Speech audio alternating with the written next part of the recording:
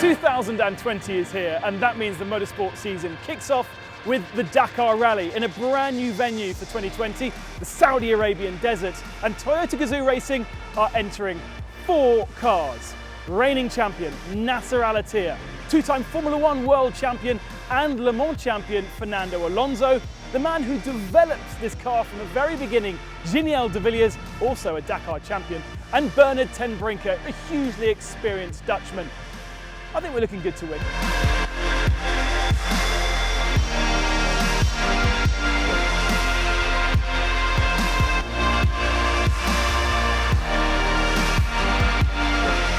We are here now for scrutineering to check everything, and get ready and seal everything and just ready for start.